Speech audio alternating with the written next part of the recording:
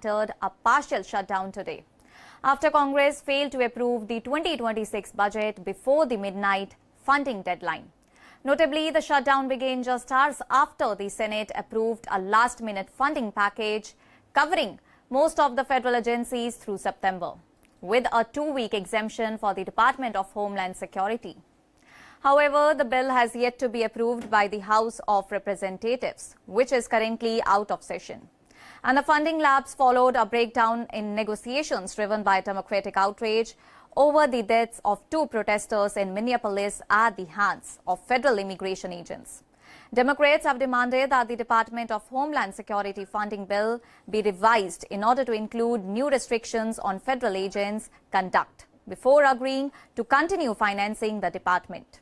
The incident, which occurred amid a surge of immigration agents sent to Minnesota's largest city by President Donald Trump, has intensified calls for reform of immigration and customs enforcement, that is also known as ICE operations. And this marks the second government shutdown in just a period of 11 weeks and comes after the record-long 43-day shutdown in 2025, which had widespread impacts on essential services, including air travel, and left hundreds of thousands of federal workers without any pay. While this shutdown is expected to be shorter, several agencies, including the Departments of Transportation, Education and Defense, have been directed to implement shutdown plans. Non-essential staff in affected departments will be placed on furlough, while critical employees may be required to continue working without any pay. The Internal Revenue Service, for example, will keep its staff on duty through Saturday, that is February 7, in order to maintain operations during the ongoing tax filing season.